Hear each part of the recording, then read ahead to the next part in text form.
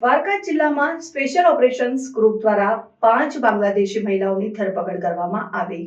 દ્વારકા જિલ્લામાં special operations group દ્વારા 5 બાંગ્લાદેશી મહિલાઓની ધરપકડ કરવામાં આવી છે, જેઓ બાંગ્લાદેશી બોર્ડરથી ગેરકાયદેસર રીતે ભારતમાં પ્રવેશ કરી હતી।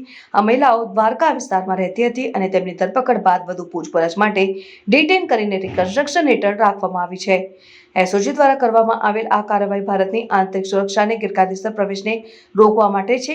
બાંગ્લાદેશ બોર્ડર પરથી ગેરકાયદેસર ઘૂસણખોરીના કેસોમાં વધારો જોવા મળી રહ્યો છે, જે દેશની સુરક્ષા માટે ચિંતાજનક છે।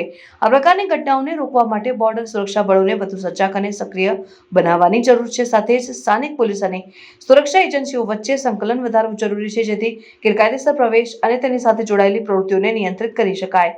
સ્થાનિક નાગરિકોએ પણ સજાગ રહેવું જોઈએ અને શંકાસ્પદ પ્રવૃત્તિઓની જાણ તાત્કાલિક પોલીસને કરવી જોઈએ।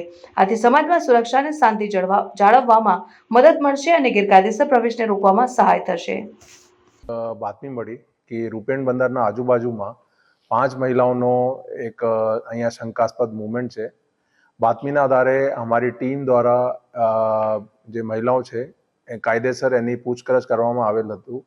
એમાં પછી અમે જાણવા મળેલ કે એ જે બહેનો છે ભારતમાં વગેર કોઈ પરવાનગી, વગેર કોઈ ભારતીય દસ્તાવેજ ના આધારે ઇન્ડિયામાં ગેરકાયદેસર ઘૂસણખોરી કરી અને અહીંયા જે છે ગુજરાતમાં એ લોકો રોજગાર માટે આવ્યા હતા।